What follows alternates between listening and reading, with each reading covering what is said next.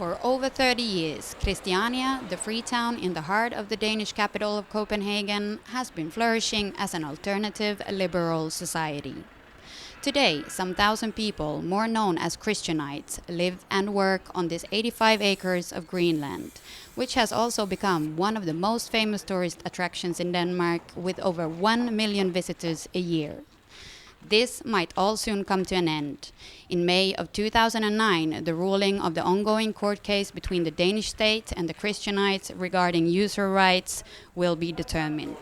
Christiania offers today a wide range of restaurants, bars, factories and public services. The free town's own health clinic offers first aid as well as traditional and alternative medical treatments.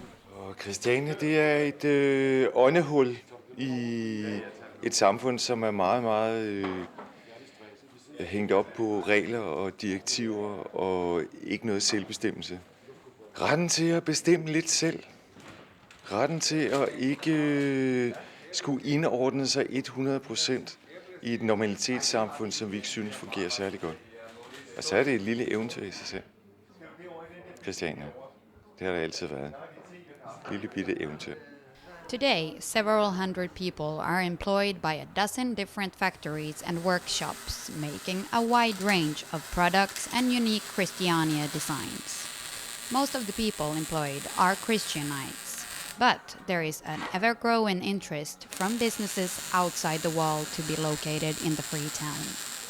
One of the most popular spots visited by the many tourists is Christiania's own smithy, producing and selling handmade iron and metal arts and crafts.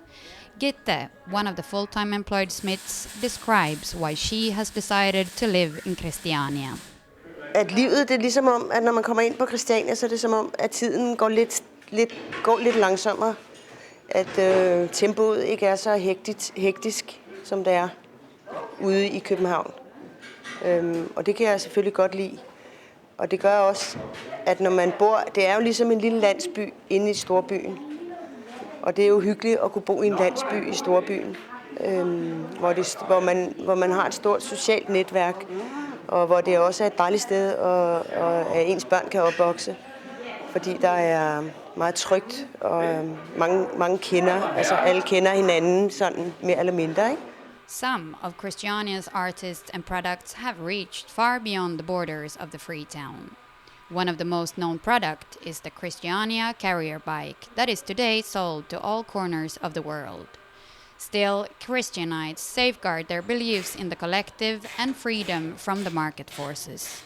Når du flytter herfra, så giver du dit hus videre, eller dit sted videre til den næste, der skal bo der, som området bestemmer, hvem der så skal bo der, ikke? Og det er jo en meget fine principper, at ikke at køre med på den der kapitalisme, som kører ude på den anden side, hvor du ikke kan få en lejlighed ude på den anden side. Det kan du ikke, fordi det koster 3 millioner for at få en eller anden gammel lejlighed. Regardless of who you are, all Christianites may participate on an equal footing in the democratic process which forms the Christiania society. Important decisions are taken in different area meetings and always made in consensus. Ole Lykke has lived in Christiania since the end of the 70s and actively participated throughout the years in developing and forming Christiania as the free town society we see today. But during the last years, he has seen a gradual shift towards a much harsher and more conservative political climate in Denmark. Vi anser det her som befriet område. Vi føler os lidt som indianer i et reservat. Vi indretter tingene på vores egen måde. Og vi synes jo, det er lykkedes at gøre Christiania til et sted, som ikke bare vi har gavn af, men som turister og københavnere har gavn af stort set hver dag. Og man kan sige, at vi har været ideologiske modvind. Socialismen er død og borte, men nu har liberalismen også vist, at den kan lave kriser, den kan lave svindel. Så som det står lige nu, så synes vi, at vi står ideologisk meget stærkt. The youngest of the Christianites have the possibility to be enrolled in one of the 4 daycare facilities and youth clubs. At the Children's House Kindergarten, over 20 toddlers and 10 preschool children are looked after while their parents are at work. While the Christianites have continued to develop the free town, they have also, during the recent years, been waging a battle to avoid government's plans to take control of the free town. Ja, altså da vi fik en ny regering, den første rent højreorienterede regering i Danmark i 80 år, der ville de jo ikke acceptere, at der lå sådan et anarkistisk samfund her. De ville først og fremmest ikke acceptere, at der var den der åbenlyse hashhandel. After over 30 years of coexisting, the Danish government have now decided that it's time for the freetown to be incorporated into the general Danish society. One of the main points of the government's plans is to normalize Christiania. Karsten Jarlov, head of Place and Property Agency, says it's time for a change. Realiteten er, at Christiania trænger til udvikling, og man skal også undgå, at Christiania bliver et museum for Christiania. Altså et museum for et Christiania, der var engang i 1970'erne, skabt af nogle mennesker, som i dag er i en helt anden fase af deres liv, som er afløst af nogle andre mennesker med nogle andre aspirationer og nogle andre måder at leve på. Først og fremmest frygter vi jo i virkeligheden, at et Christiania ikke har kræfter til selv at fortsætte at udvikle sig inden for en ny ramme. Vi kan se, at der kan være problemer med beboersammensætningen. Der er for få ressourcestærke personer på Christiania. De er svært ved at håndtere istandsættelsen af bygningerne. Hvis man skal være helt ærlig, så står jo en stor del af Christianias bygninger og forfalder, og det bliver en større og større og mere bekostelig opgave at klare bygningerne.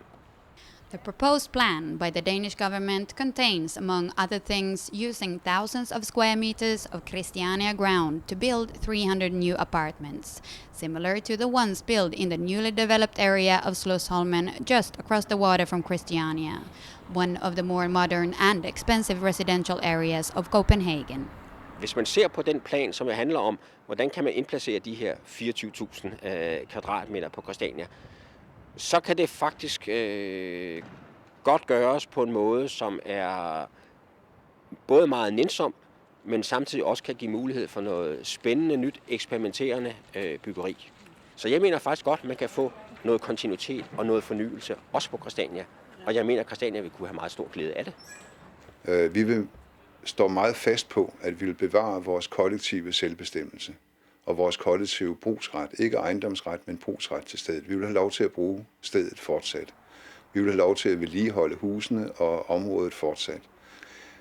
Vi vil også gerne bygge flere huse, men vi vil gøre det på den måde, som vi altid har gjort, sådan at folk selv bygger deres huse, i hvert fald selv er med til at bygge deres huse. Vi ønsker ikke at få 5-6 etages huse, der er bygget med byggekraner, og som er inde i en almindelig samfundsøkonomi. Until the end of the 70s, the grounds of Christiania was home to a large naval base. After the base was closed down and abandoned by the military, the Danish state allowed the squatters movement to inhabit the former military barracks and develop it into the alternative society of today. Walking along the narrow, colorful and car-free streets of the Freetown, you pass the old naval barracks that today hosts, among other things, Christiania's own postal office that sells the Freetown's own stamp, as well as Christiania's building office. Christiania er jo ikke et boligprojekt. Christiania er jo et projekt, som handler om en hel livsform, og det handler om, at folk får indflydelse på det, de er med til. Så derfor kan man jo ikke bare lave en venteliste og lade hvem som helst flytte ind. Men det er det der med, at vi er et stort kollektiv. Og lige for at gå tilbage til boligproceduren, så du kan ikke have et kollektiv, som ikke selv vælger, hvem der skal bo i det. Fordi folk, der flytter ind i et kollektiv, er jo nødt til at være minded for at være i et kollektiv. Hvis det ikke er det, så kan det jo ikke fungere. Et kollektiv bygger jo på, at folk gider deltage. The building office, with its staff of 10 people, is the Freetown's own technical administration. They maintain Christiania's infrastructure, building works and reparations. On a daily basis, they also look after the communal grounds and provides the Christianites with building support and advice. The building office also monitors the garden group, which looks after Christiania's green areas and the lake in the heart of Christiania. De kalkulerer ikke med, at folk selv tager ansvar. Det er derfor, at Christiania er et fremtidssamfund. Fordi det handler om, at folk skal gribe egen barn og selv tage ansvar for deres eget liv. Når man kigger på hele den globale situation i dag med storbyerne, som virkelig skal til at drosle ned i tempo og i udledning, så kan du ikke gøre det uden at give borgerne ansvar. Det er det, Christiania er den største skole i Danmark i hvert fald omkring det der med, at folk skal tage ansvar for deres eget liv. Det er en rigtig hård kamp. Men vi har kæmpet den i mange år, og vi har rigtig meget erfaring i den, og nogle gange så virker det rigtig godt, andre gange så kan det godt være, at den er lidt svær, men i det store hele, så ser det faktisk rigtig godt ud herinde.